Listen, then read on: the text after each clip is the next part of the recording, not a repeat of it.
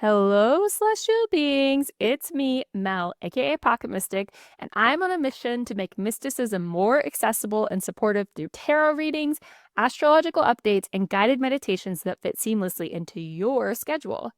And today, we're going to be talking about this very special portal this weekend, which is the new moon in Sagittarius on Friday, the 19th, happening one day before the solstice on the 20th.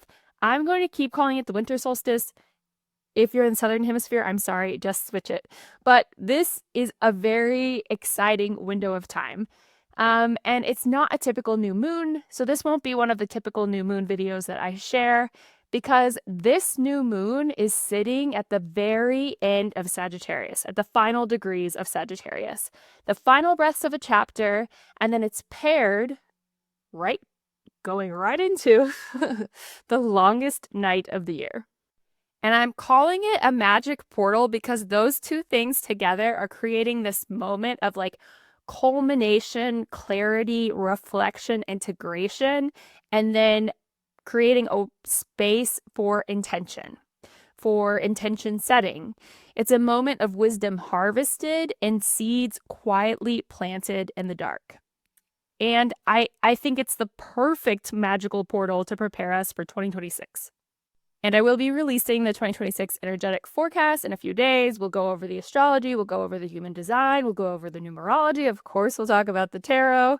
But anyways, before I get into all of that, we will be doing our first giveaway ever here at Pocket Mystic. So we'll basically be giving away a free year of tarot readings. So that will be 4 3-month tarot readings given in January, April, July, and October in 2026.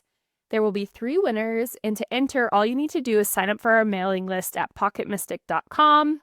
I will be drawing the winners on Monday, December 29th, 2025. So please get your email in before midnight, your time on the 28th. And if you have any questions, please feel free to email me or leave a comment. But enough about all of that, okay? I am pairing both the new moon and the solstice together, as I said in this video, because they're combining themselves together, right? They are back to back. They're creating this potent portal for manifesting. That's really the thing I want to talk about. This is a potent portal for manifesting for 2026. And I'll get into all the details of why I'm saying that. But this new moon being at the final degrees of Sagittarius is shining a light on what we've learned over the past year, specifically probably culminating the past 4 weeks or so. And then this solstice is providing the fertile ground for us to plant seeds based on that next chapter of the year that is 2026, which I'm sure you are hearing over and over again, words like paradigm shift, banner year, major changes. And as I'll get into in the 2026 energetic forecast, I would like to think that all of these changes will ultimately be for the better. That's the energy I'm taking in 2026, and I invite you to do the same. So this new moon occurs at the very end of Sagittarius, the final degrees of the sign. And astrology, the end of a sign carries a very different energy from the beginning, right? Just as in life. So early Sagittarius is about exploration, risk, and expansion. And then late Sagittarius is about wisdom, integration, and meaning making. So this new moon is going to be asking us, what wisdom have you earned? What story are you done telling? What belief is no longer true for who you are becoming? And those questions are perfect for setting us up for intention setting with the solstice. But let's talk a little more about Sagittarius and this new moon specifically. So Sagittarius is the keeper of meaning.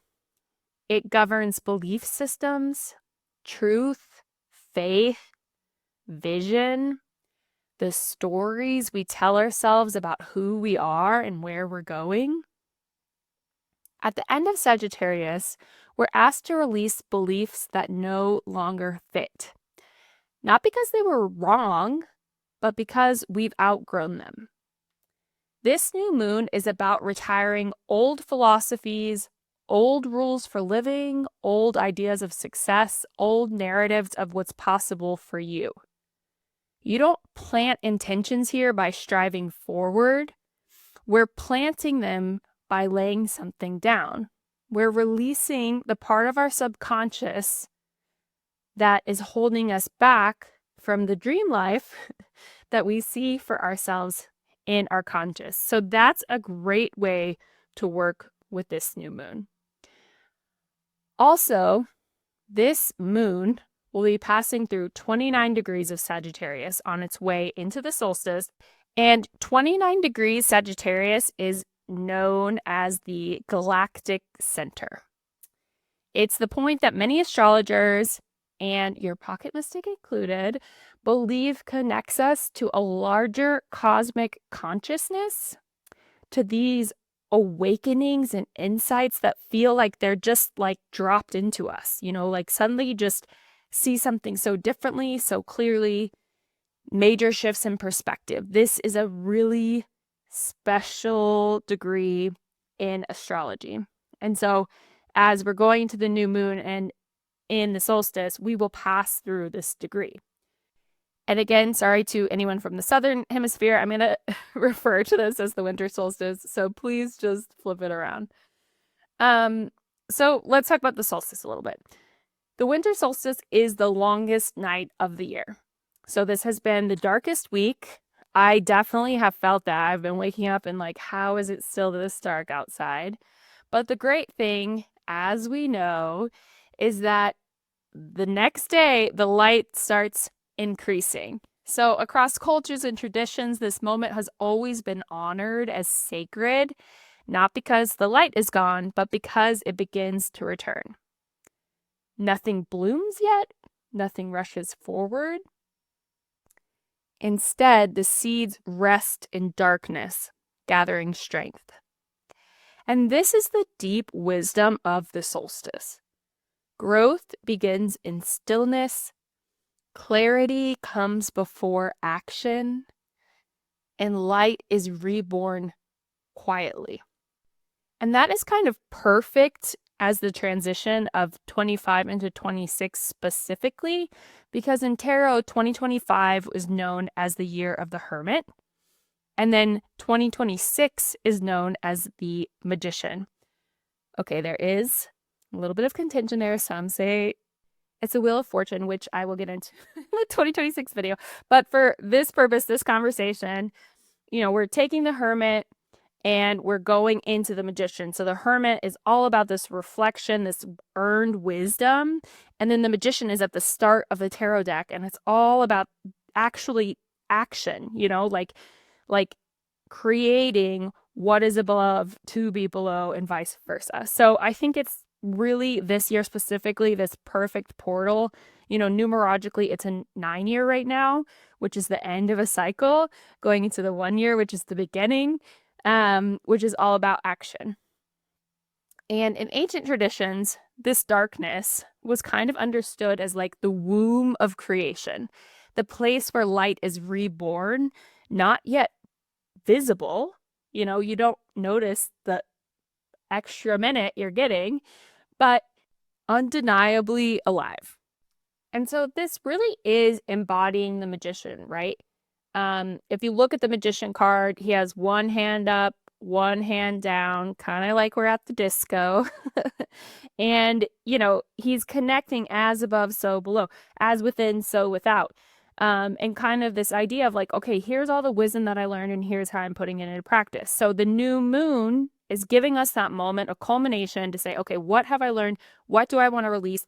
What is it going to help me in the new year with my new desires? And then the solstice is giving us this great portal for planting those seeds of intention.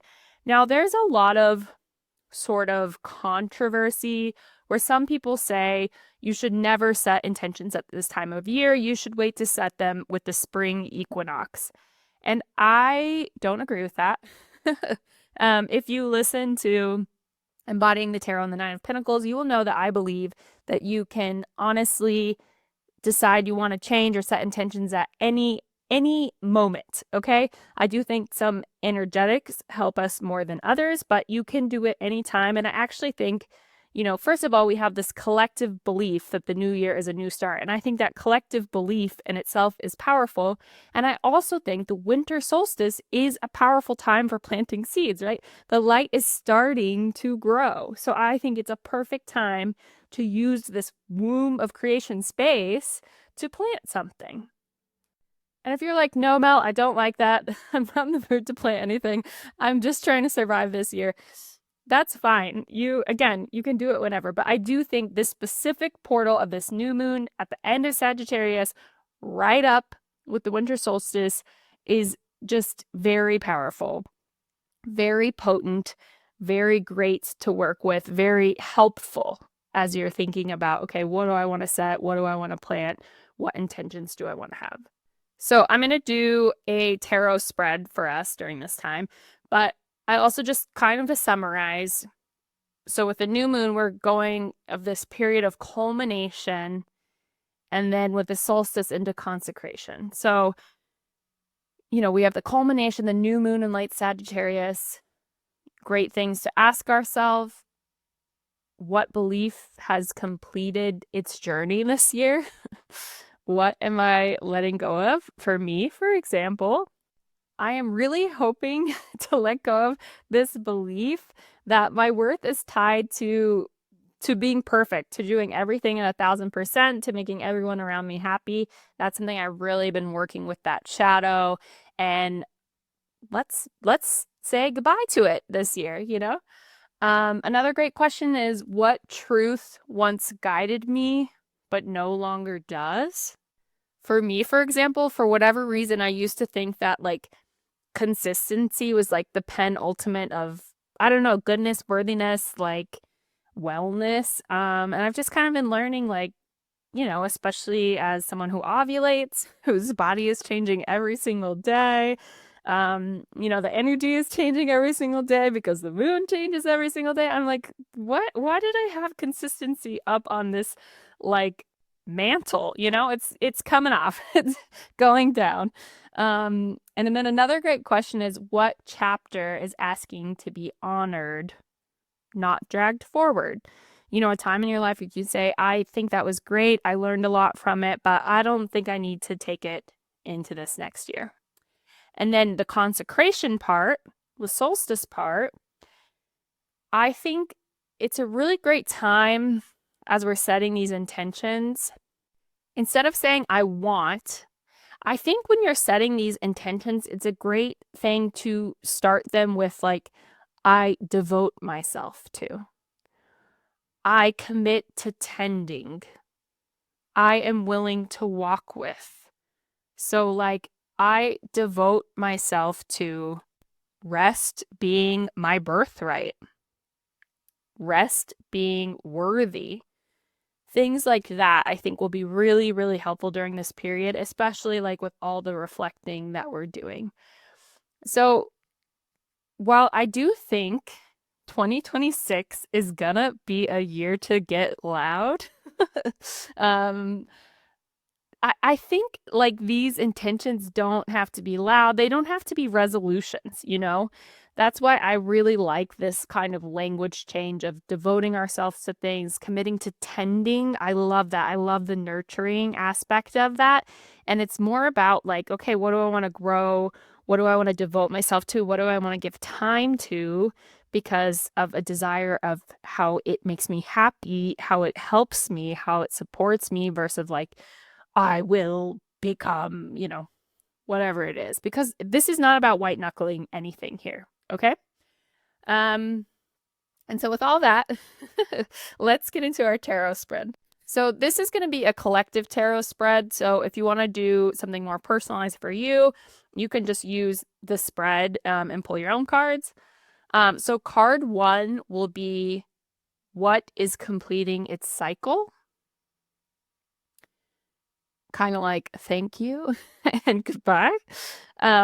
Card 2 will be the wisdom I am carrying forward, which is pure anaretic degree of Sagittarius wisdom. Card 3 will be what is being purified in the solstice darkness. Card 4, what is the seed that is being planted? And card 5 is, how do I devote myself to this becoming? Okay, so let's pull some cards. Okay. The tarot is being funny and wise as always. So for card 1, what is completing its cycle? We have Temperance, which is actually the card of Sagittarius. So Temperance tells us that what is completing now is a long chapter of learning how to hold opposites. This cycle has been about integration, about blending intuition with logic, faith with practicality, desire with restraint.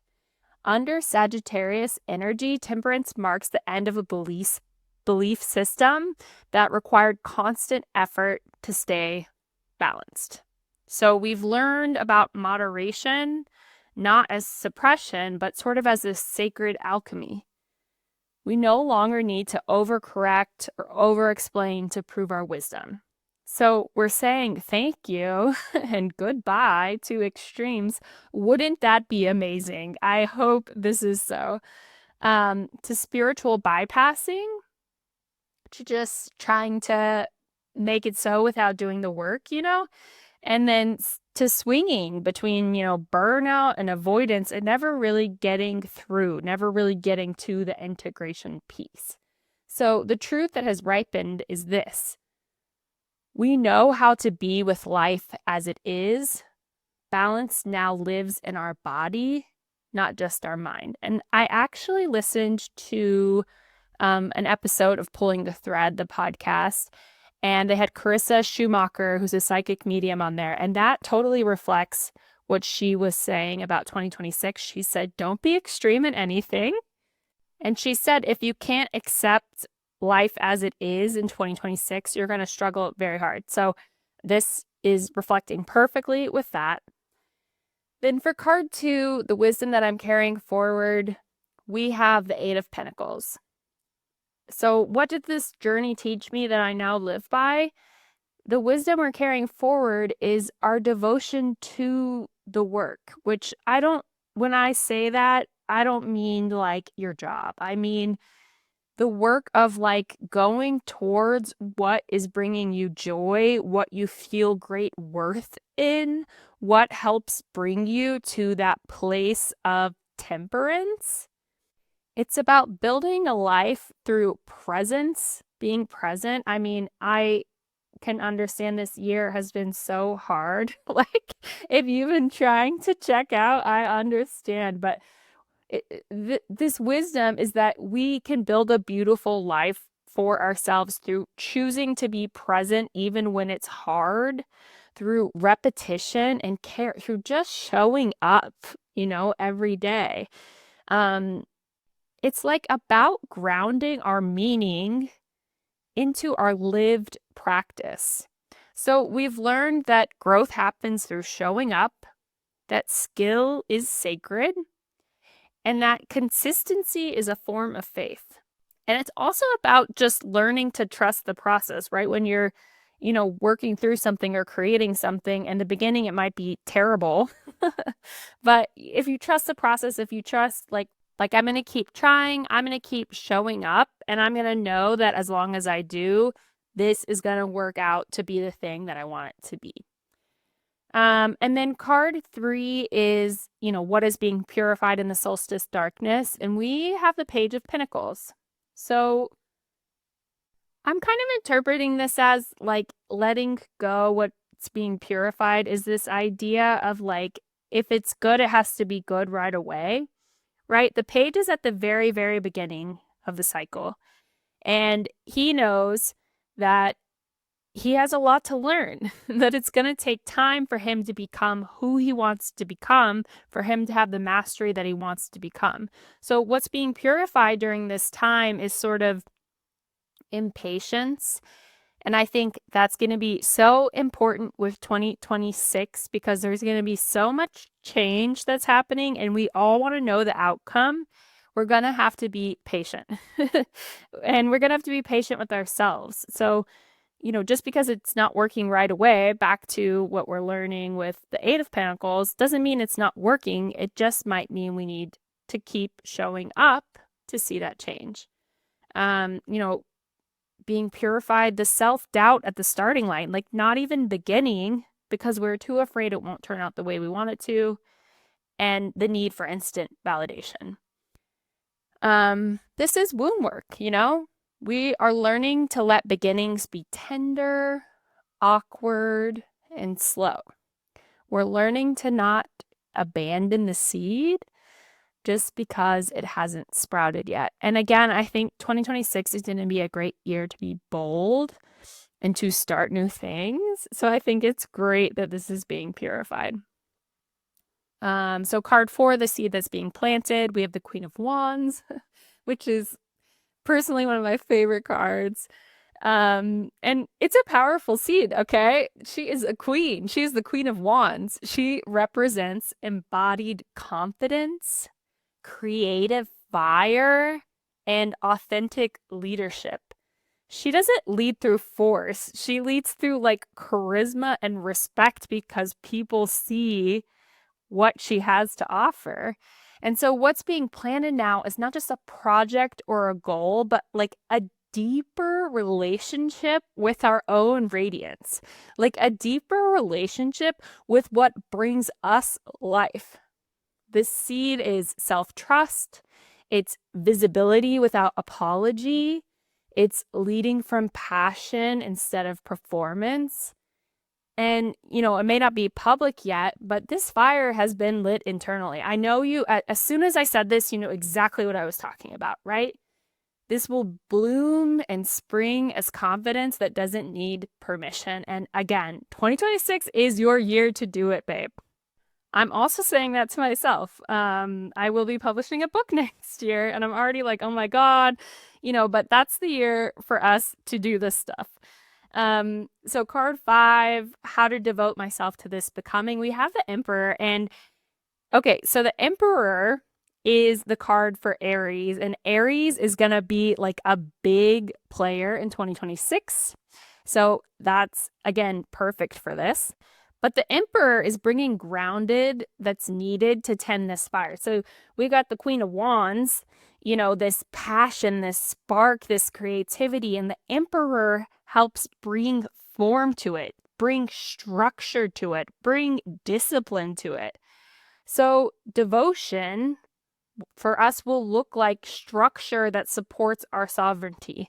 And I am someone who has a really hard time with structure. I know I said I'm taking consistency off the mantle. I don't think that's the same thing, but it's been really interesting because in this season, Sagittarius sits in my 6th house, which is the house of like work, routine, health habits. And I've really been seeing like I need those routines to support me to achieve my goals so I can be more creative.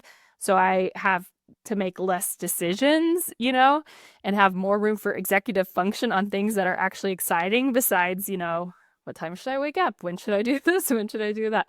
So anyway, this devotion to our becoming looks like structure that supports our sovereignty. It's not about rigidity. It's about containers that are strong enough to hold our growth.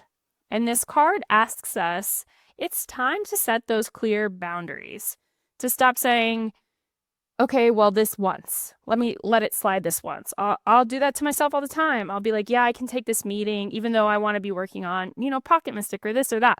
It's time to set clear boundaries.